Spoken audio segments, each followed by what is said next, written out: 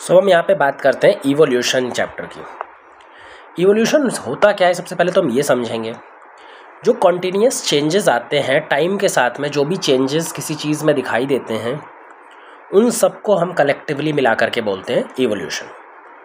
Evolution आप किसी भी चीज़ का पढ़ सकते हैं। जैसे आप एक सिटी का इवोल्यूशन पढ़ सकते हैं। जब आप पैदा हुए होंगे जिस सिटी में, तो वहाँ पे किस तरह का सड़कें रही होंगी, किस तरह की गाड़ियाँ वहाँ पे चलती होंगी, और आज आप इतने बड़े हो गए हैं तो वहाँ पे किस तरह से उस सिटी में चेंजेस आए हैं, वो हमारे टाइम के साथ में चेंजेस ही आ रहे हैं। तो इवोल्यूशन हम किसी भी चीज़ का पढ़ सकते हैं जहाँ पे समय के साथ में सिर्फ चेंज आना चाहिए। पर जब हम बायोलॉजी में इवोल्यूशन की बात करते हैं तो स्पेसिफिकली हम प्लांट और एनिमल्स के अंदर, या प्लांट्स और एनिमल्स में क्या चेंजेस देखने को मिल रहे हैं अर्थ पर, उसके एस्पेक्ट में स्टडी करते हैं। जो अर्थ पर प्लांट लाइफ है, जिसको हम फ्लोरा बोलते हैं, सारी प्लांट लाइफ को मिला करके, और एनिमल लाइफ है जिसको हम फौना बोलते हैं, क्या हमेशा अर्थ पर एक जैसे प्लांट्स और एनिमल्स पाए जाते हैं? तो ऐसा नहीं है। जैसा आपको मालूम होगा, पहले के टाइम पर डायनासोर हुआ करते थे, फिर मैमल्स आकर के डोमिनेंट बन गए। तो फ्लोरा और फौना दोनों ही अर्थ के ऊपर में कॉन्टीन्यूसली चेंज होते रहते हैं टाइम टू टाइम, और इसी चेंज को हम इवोल्यूशन बायोलॉजी के अंदर में पढ़ेंगे। अब इस चैप्टर में हम किस ऑर्डर में पढ़ने वाले हैं, पहले तो वो समझ लेते हैं। इस चैप्टर में हम 4 चीज़ें पढ़ेंगे, या 4 सीक्वेंस में पढ़ने वाले हैं। सबसे पहले तो हम ओरिजिन ऑफ यूनिवर्स, ये पूरा ब्रह्मांड या यूनिवर्स किस तरह से बना है, क्या थ्योरीज़ हैं, जिसमें आपने बिग बैंग थ्योरी बहुत फेमस पढ़ी होगी। तो हम ओरिजिन ऑफ यूनिवर्स देखने वाले हैं सबसे पहले। फिर जब ओरिजिन ऑफ यूनिवर्स देखने के बाद में इवोल्यूशन ऑफ यूनिवर्स। अब जैसा मैंने बताया था, इवोल्यूशन यानी कि टाइम के साथ में किस तरह से चेंजेस आते हैं। तो इवोल्यूशन जब बना था, मतलब यूनिवर्स जब बना था, तो उसमें किस तरह से चेंजेस आए हैं, जिसकी वजह से आज जैसा हम यूनिवर्स देखते हैं उस तरह का यूनिवर्स अल्टीमेटली डेवलप हुआ है। जो हमारी अर्थ है, सोलर सिस्टम है, गैलेक्सीज़ हैं, वहाँ तक यूनिवर्स कैसे पहुँचा है। तो यूनिवर्स का इवोल्यूशन हम देखेंगे। उसके बाद में origin of life on earth. एक बार हमने पढ़ लिया कि यूनिवर्स का किस तरह से इवोल्यूशन हुआ है, अर्थ कैसे बनी है, सोलर सिस्टम कैसे बना है। फिर उसके बाद हमें देखना है कि अर्थ पर लाइफ सबसे पहले किस तरह से ओरिजिनेट हुई थी। अब जब लाइफ ओरिजिनेट हुई थी तो वो सिंपल फॉर्म में ओरिजिनेट हुई थी। फिर धीरे धीरे लाइफ का इवोल्यूशन हुआ, चेंजेस हुए, और आज इतनी कॉम्प्लेक्स लाइफ हमारे अर्थ पर प्रेजेंट है। तो जो चौथा और लास्ट पार्ट होगा वो होगा हमारा evolution of life on earth, कि लाइफ जो अर्थ पर डेवलप हुई थी सिंपल फॉर्म में, वो कैसे इवॉल्व होकर के इतनी कॉम्प्लेक्स फॉर्म में आ गई। जो हमारा चैप्टर का जो मेन फोकस रहता है, या जो मेन पार्ट है, वो यही 4th पार्ट है, ठीक है। लेकिन इसको पढ़ने से पहले हमें स्टार्टिंग के सारे पार्ट भी, ये तीनों पार्ट भी पढ़ने रहेंगे। तो स्टार्ट करते हैं हम ओरिजिन ऑफ यूनिवर्स कंसेप्ट से। अब ये ओरिजिन ऑफ यूनिवर्स कंसेप्ट का जो प्रेजेंट थ्योरी है, ये कहाँ से स्टार्ट हुई थी। एक साइंटिस्ट थे हबल, उन्होंने एक लॉ दिया था, हबल्स लॉ। उन्होंने अपने टेलीस्कोप वगैरह के ऑब्जर्वेशन करने के बाद में एक लॉ दिया था, हबल्स लॉ, जिसमें उन्होंने बताया था कि ये जो यूनिवर्स है ये एक कांस्टेंट एरिया नहीं है, ये कॉन्स्टेंटली एक्सपैंड कर रहा है, ये बड़ा हो रहा है। बड़ा कैसे हो रहा है? यहाँ पर जितनी भी चीज़ें हैं, मान लीजिए कोई गैलेक्सी है, कोई स्टार है, वो सब एक दूसरे से दूर जा रहे हैं, वो सब एक दूसरे से अलग अलग जा रहे हैं। तो इसका मतलब धीरे धीरे यूनिवर्स क्या कर रहा है? एक्सपैंड कर रहा है। तो ये बताया था हबल्स लॉ ने।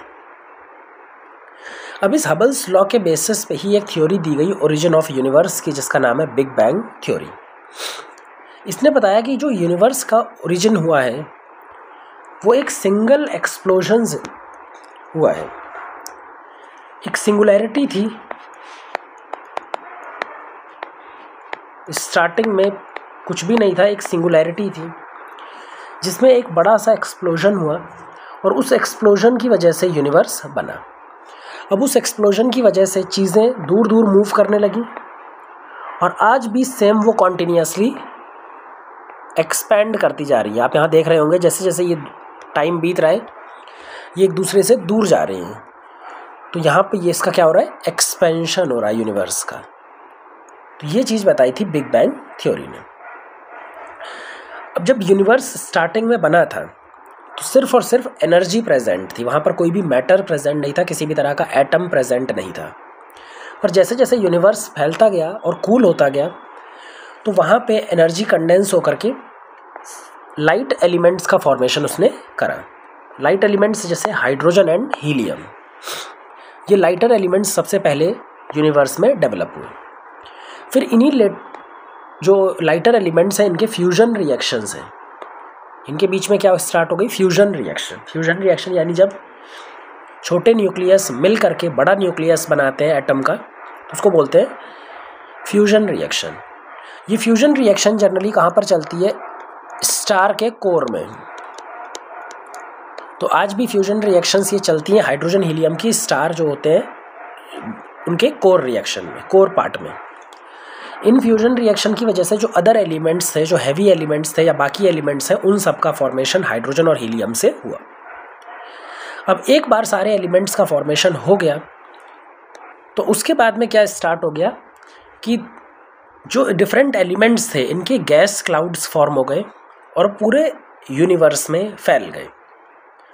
इन्हीं गैस क्लाउड के डिस्ट्रीब्यूशन की वजह से क्या बनी, डिफरेंट गैलेक्सीज। जैसे जैसे गैस के बड़े बड़े क्लाउड्स बिखर गए, वही क्या डेवलप हो गई, डिफरेंट गैलेक्सीज की फॉर्म में डेवलप हो गई। अब गैलेक्सीज में, गैलेक्सीज क्या होती है, गैलेक्सीज यानी कि बड़ा सा कलेक्शन होता है एक, जिसमें कई सारे बिलियंस ऑफ स्टार्स होते हैं, बिलियंस ऑफ प्लैनेट्स होते हैं। सो अब ये प्लैनेट्स और स्टार्स में कैसे डिफरेंशिएट करेंगे हम, कैसे एक स्टार बनता है और कैसे उसके आसपास प्लैनेट्स का फॉर्मेशन होता है, उसको हम समझते हैं। उसके लिए हम एग्जांपल लेते हैं हमारी मिल्की वे गैलेक्सी, और उसमें भी जो हमारा सोलर सिस्टम है, जो हमारा सन है और उसके आसपास जो हमारे प्लैनेट्स हैं सोलर सिस्टम के, उसकी मदद से हम समझते हैं कि कोई स्टार कैसे फॉर्म होता है और कैसे उसके आसपास जो प्लैनेट का फॉर्मेशन होता है वो होता है। तो हमारी मिल्की वे गैलेक्सी में हमारा जो सोलर सिस्टम है, जिसमें बीच में एक सन है जो कि एक स्टार है, उसका एक स्पेसिफिक नाम है सन, और फिर यहाँ पे प्लैनेट्स हैं जो उसके आसपास रिवॉल्व करते हैं। अब सोलर सिस्टम कैसे बना था, सोलर सिस्टम बनने की बहुत सारी हाइपोथेसिस हैं, जिसमें सबसे फेमस है नेब्यूलर हाइपोथेसिस। वो बताती है कि एक नेब्यूला या फिर एक गैस का क्लाउड था, एक गैस का क्लाउड इस तरह का,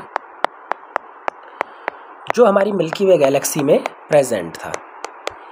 अब ये नेब्यूला क्या हुआ, अपनी हाई ग्रेविटी की वजह से गैस या फिर डस्ट का एक गोला था। फिर नेब्यूला अपनी हाई डेंसिटी की वजह से क्या हुआ, धीरे धीरे फ्लैट डिस्क की फॉर्म में आ गया और इस तरह से रोटेट करने लगा। किस चीज़ से बना था, डस्ट और गैस से। अब इसके अंदर में जो जैसे जैसे ये रोटेट करता गया तो जितना भी गैस का जो मास था वो बीच में जाकर के कंसंट्रेट हो गया, और ये बीच में जाकर के क्या बन गया, क्योंकि गैस का बहुत ज़्यादा मास बीच में जाकर के कंडेंस हो गया, तो यहाँ पे ये डेवलप हो गया एक स्टार में या फिर सन में, क्योंकि इसकी जो डेंसिटी थी या फिर इसके अंदर में जो ग्रेविटी थी वो बहुत ज़्यादा हो गई। उसकी वजह से मैटर बहुत ज़्यादा कंडेंस्ड हो गया और इसके अंदर फ्यूजन रिएक्शन स्टार्ट हो गई, तो ये बन गया सन। अब इस हाइट ग्रेविटी की वजह से छोटे छोटे डस्ट क्लाउड जो हैं वो इसके आसपास रोटेट करने लगे।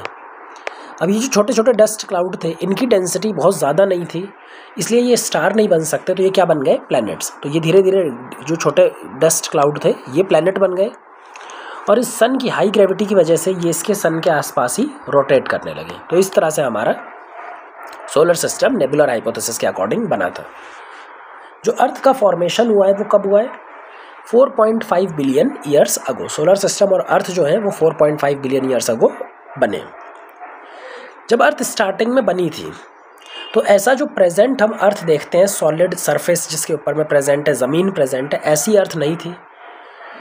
उस टाइम पर सिर्फ एक मोल्टन मास प्रेजेंट था, सब कुछ एक लावा की फॉर्म में मोल्टन मास की फॉर्म में प्रेजेंट था, और उस मोल्टन मास के ऊपर कोई भी एटमॉस्फेयर देखने को नहीं मिल रहा था। मतलब कोई भी गैस का जो चैम्बर होता है हमारा, जिसको हम एटमॉस्फेयर बोलते हैं आज के टाइम पर, लेयर होती है गैस की, वो वहाँ पर प्रेजेंट नहीं था।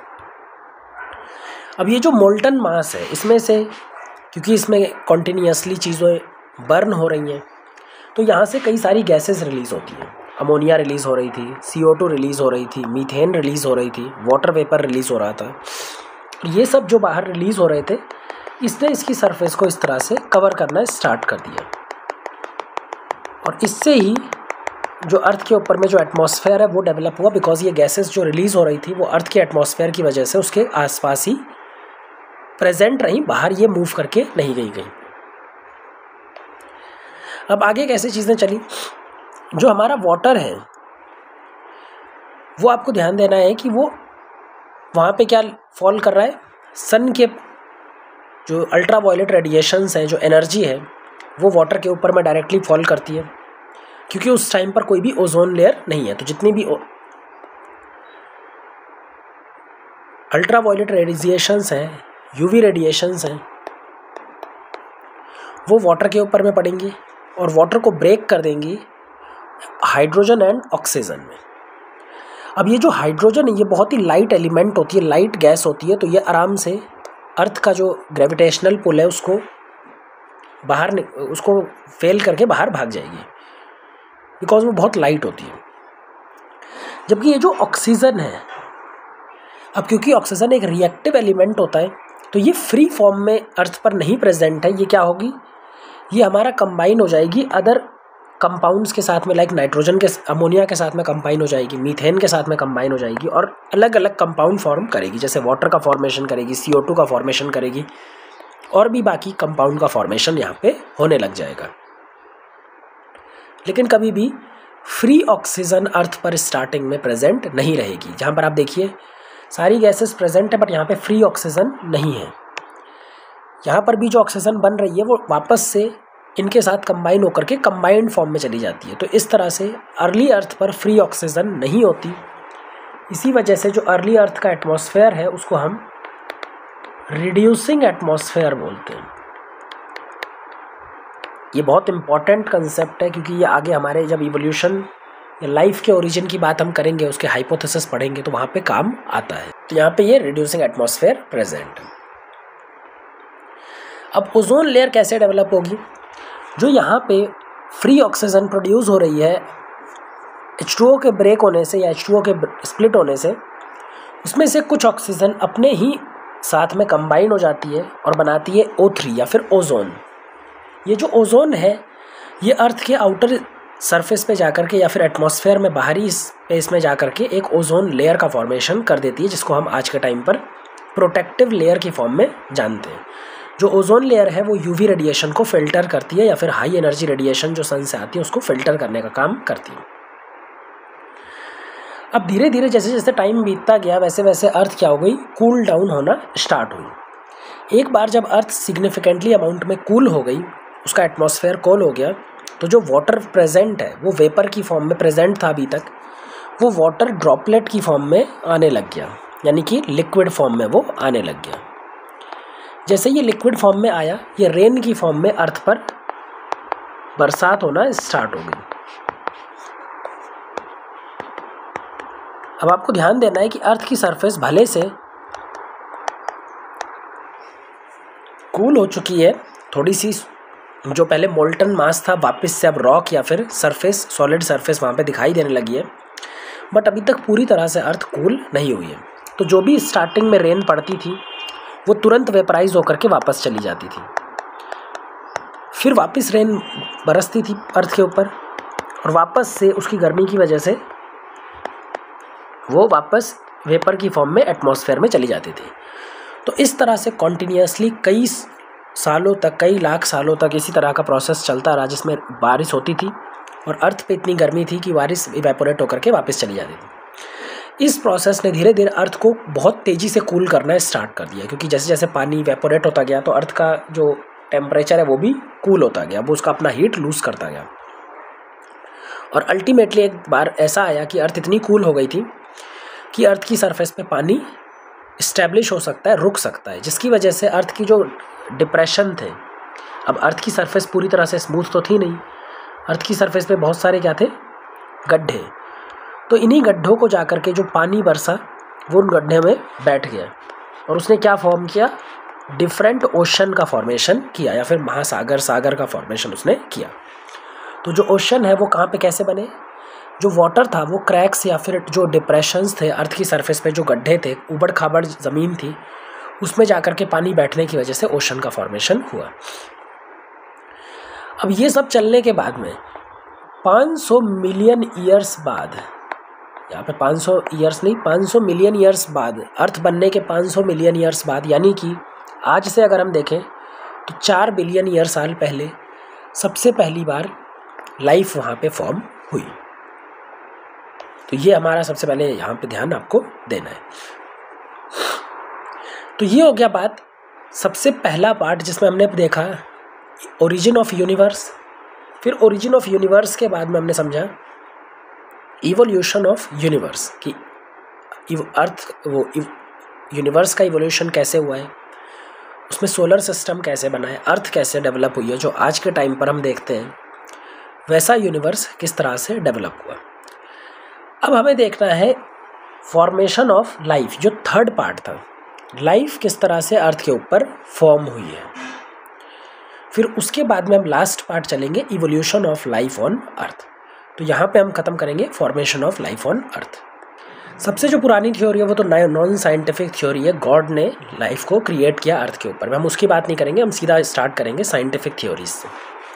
तो सबसे पहली साइंटिफिक थ्योरी है पेंसपर्मिया। इस थ्योरी के अकॉर्डिंग जो लाइफ है वो यूनिवर्स में कई सारी जगहों पे ओरिजिनेट हुई है या फिर बाहर कहीं ओरिजिनेट हुई है, और रेजिस्टेंट स्पोर्स की मदद से, ऐसे स्पोर्स जो स्पेस में ट्रैवल कर सकते हैं, जो स्पेस में ख़राब नहीं होंगे, डैमेज नहीं होंगे, उनकी मदद से लाइफ अर्थ पर स्पोर की फॉर्म में पहुंची और यहाँ पर जाकर के डेवलप हो गई। ये जो थ्योरी है वो अर्ली ग्रीक फिलोसफर्स की प्रपोज की थी, और आज भी इसको बहुत ज़्यादा साइंटिस्ट सपोर्ट करते हैं। पूरी तरह से ये डिस्कार्डेड नहीं है, अलग अलग फॉर्म में ये बार बार वापस आती रहती है। तो ये तो हो गई पेंसपर्मिया थ्योरी। सेकंड थ्योरी है स्पॉन्टेनियस जनरेशन की थ्योरी। स्पॉन्टेनियस जनरेशन की थ्योरी बोलती है कि लाइफ जो है वो नॉन लिविंग मैटर से डायरेक्टली इवोल्व हो जाती है या फिर डायरेक्टली प्रोड्यूस हो जाती है। जैसे कौन कौन से नॉन लिविंग मैटर?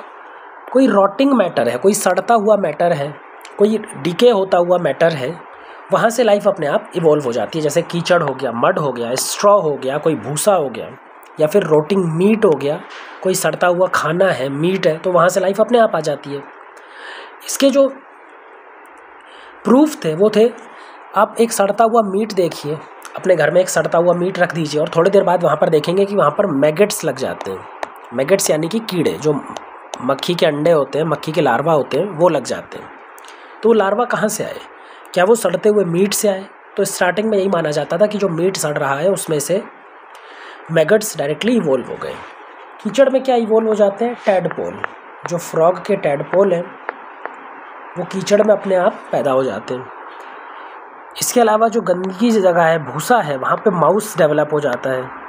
आपने देखा होगा कहीं पे गंदी जगह पर प्रेजेंट है तो वहाँ पे अपने आप क्या डेवलप होते हैं? माउस आ जाते हैं। तो पहले के लोग यही सोचते थे कि ये जो सड़ते गलती चीज़ें हैं वहाँ से डायरेक्टली नई लाइफ इवॉल्व हो जाती है, इसलिए इसको बोलते हैं स्पॉन्टेनियस जनरेशन। इसको एक और नाम से जाना जाता है जो कि बहुत एक कन्फ्यूजिंग टर्म है, जनरली बच्चों को बहुत कन्फ्यूज करती है, एबायोजेनेसिस। अब एबायोजेनेसिस का मतलब क्या है? कोई भी वो थ्योरी जो ये बोले कि नॉन लिविंग मैटर से डायरेक्टली लिविंग मैटर प्रोड्यूस हो रहा है या फिर बायोजेनेसिस हो रहा है, उसको बोलते हैं एबायोजेनेसिस। तो स्पॉन्टेनियस जनरेशन थ्योरी के लिए भी कुछ बुक्स एबायोजेनेसिस टर्म यूज़ करती हैं, बट एबायोजेनेसिस एक और थ्योरी है जो हमारी लेटेस्ट थ्योरी है अर्थ पे लाइफ के ओरिजिन को लेकर के, उसको भी एबायोजेनेसिस ही बोलते हैं। तो आपको ध्यान रखना है एबायोजेनेसिस दोनों को बोला जाता है बट दोनों में फ़र्क है। अब ये जो एबायोजेनेसिस की थ्योरी है इसको डिस्प्रूव किया था एक famous scientist Louis Pasteur. Louis Pasteur ने एक्सपेरिमेंट किए थे और उसके थ्रू प्रूफ कर दिया था कि इस तरह से कोई भी लाइफ सड़े गले चीज़ों से इवॉल्व नहीं हो सकती। उसके लिए उन्होंने एक एक्सपेरिमेंट किया था स्वान नेक फ्लास्क के ऊपर। स्वान नेक फ्लास्क इस तरह का एक फ्लास्क होता है जिसकी गर्दन इस तरह टेढ़ी होती है, इसलिए इसको स्वान नेक फ्लास्क बोला जाता है। इस स्वान नेक फ्लास्क की सबसे खास बात ये होती है कि यहाँ पर जो वाटर ड्रॉपलेट होती है वो जाकर के एक प्लग बना देती है,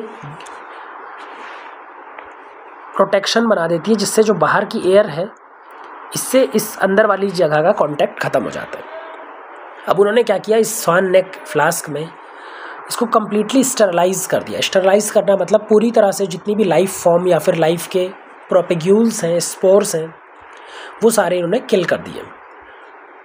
फिर उसके बाद उन्होंने 2 सेटअप बनाए। दोनों में उन्होंने क्या डाल दिया, हीट किल्ड ईस्ट, एक ऐसा ईस्ट सॉल्यूशन जो कि हीट किल्ड था, मरा हुआ ईस्ट यानी कि सड़ा गला चीज़। फिर उन्होंने वेट किया, क्या नई लाइफ यहाँ से किल्ड ईस्ट से अपने आप इवॉल्व हो सकती है। आपको ध्यान देना है कि यहाँ पे इसका कोई भी कांटेक्ट बाहर से नहीं था, क्योंकि यहाँ पे एक प्लग बन गया था, वाटर वेपर का प्लग बन गया, जिससे ये बाहर से इसका कांटेक्ट खत्म हो गया। उन्होंने कई दिनों तक वेट किया, कोई भी नई लाइफ इवॉल्व नहीं हुई। फिर उन्होंने क्या किया, एक फ्लास्क का ये जो सेकंड सेटअप है, इसका जो नेक है उसको तोड़ दिया। जैसे ही उसका नेक तोड़ा, ये एयर के कांटेक्ट में आ गया, यानी कि ये बाहर के सराउंडिंग के साथ में कांटेक्ट में आ गया। जैसे ही ये बाहर के सराउंडिंग के साथ में कांटेक्ट में आया तो उन्होंने देखा कि वहाँ पे नई लाइफ अब इवॉल्व होना या फिर डेवलप होना स्टार्ट हो गई है, जबकि यहाँ पर कोई भी नई लाइफ अभी भी इवॉल्व नहीं हो रही है। इसका मतलब सिंपल सा यही है कि जो मरा हुआ ईस्ट है उससे डायरेक्टली नई लाइफ इवॉल्व नहीं हो सकती है। जो एयर में स्पोर्स हैं, बैक्टीरियल स्पोर्स, फंगल स्पोर्स, वो आकर के इसमें बैठते हैं और वो जा कर के डेवलप करके नई लाइफ यहाँ पे जनरेट करते हैं। तो इससे हमारा एबायोजेनेसिस थ्योरी पूरी तरह से डिसअप्रूव हो गई, या फिर जो स्पॉन्टेनियस जनरेशन की थ्योरी थी उसको यहाँ पे इन्होंने डिसअप्रूव कर दिया। बट क्वेश्चन फिर भी वही बना रहा कि जो लाइफ है वो अर्थ पे सबसे पहले किस तरह से इवॉल्व हुई थी। तो उसके लिए फिर नेक्स्ट थ्योरी है chemical theory of origin of life, या फिर modern theory of origin of life, जो आज के टाइम पर सबसे ज़्यादा एक्सेप्टेड थ्योरी है। इसको 2 साइंटिस्ट ने इंडिपेंडेंटली अलग अलग प्रपोज किया था, लेकिन उनका कंक्लूजन ऑलमोस्ट सेम था। सो ओपेरेन एंड हाल्डेन 2 साइंटिस्ट थे जिन्होंने अलग अलग वर्क किया था, इंडिपेंडेंटली वर्क किया था, and reached the similar conclusion, but उनका जो कंक्लूजन वहाँ पे पहुँचे थे वो ऑलमोस्ट सेम थे। इन्होंने बोला था कि अर्थ पर स्टार्टिंग में इनऑर्गेनिक कंपाउंड्स प्रेजेंट थे सिर्फ, और उस इनऑर्गेनिक कंपाउंड्स में जब different form of energy, UV energy हो गया, लाइटनिंग एनर्जी हो गया, वल्केनिक एक्टिविटीज़ जो उस टाइम पर बहुत ज़्यादा चलती थी, जो प्रिमिटिव अर्थ है वहाँ पर बहुत ज़्यादा चीज़ें, ये सारी चीज़ें चलती थी, ये सब एक एनर्जी सोर्स की तरह बिहेव करती हैं और इन इनऑर्गेनिक कंपाउंड को कन्वर्ट कर देती हैं ऑर्गेनिक मॉलिक्यूल्स में या फिर कार्बन के मॉलिक्यूल्स में। तो इस तरह से एनर्जी की मदद से इनऑर्गेनिक कंपाउंड ऑर्गेनिक मॉलिक्यूल्स में चेंज होते हुए चले गए। और ये सारी चीज़ें जो चल रही हैं कहाँ पे चल रही हैं? ओशन के अंदर में। तो ओशन में ऑर्गेनिक मॉलिक्यूल्स एक्यूमुलेट होना स्टार्ट हो गए या फिर उनकी कंसंट्रेशन बढ़ना स्टार्ट हो गई। तो यहाँ पे हमारा ओशन है, यहाँ पे ऑर्गेनिक मॉलिक्यूल्स ये पीले कलर से हमने फाइबर्स की फॉर्म में बनाए हैं। इसी को दिखाने के लिए हाल्डेन ने एक टर्म यूज़ किया था, हॉट डाइल्यूट सूप या फिर प्रिमिटिव सूप।